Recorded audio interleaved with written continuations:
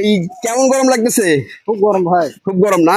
কত টাকা বিঘে ইয়া তোলা ভুট্টা তোলা? ভুট্টা তুলা 4,000 টাকা দিকে, ভুট্টা তুলে গাছটা সহকারে কাটা। তাই না? এই তোমার কি অবস্থা? হ্যাঁ, খুবই গরম নাকি? গরমের মধ্যে খুব অবস্থা খারাপ ভাই। আচ্ছা, এইখানে আরেকজন আছে মামা। আসসালামু আলাইকুম মামা। ওয়ালাইকুম সালাম। ভুট্টা তুলতেছেন? হ্যাঁ, ভুট্টা তুলতেছি মামা। কেমন মামা, কাজ কেমন? কাজ তো কঠিন কৃষকের মামা। কাজ কেমন মামা? কৃষকের কাজ কঠিন মামা। অনেক কঠিন যারা কৃষকের কাজ, হ্যাঁ। রিল্যাক্সে থাকে তারা তো বুঝে না মামা। আচ্ছা, এই এনসিপি নেতা এখানে আছে। এই তোর কি খবর? ভালো। ইয়া ভুট্টা তুলতেছো? ভুট্টা তো তুলছি।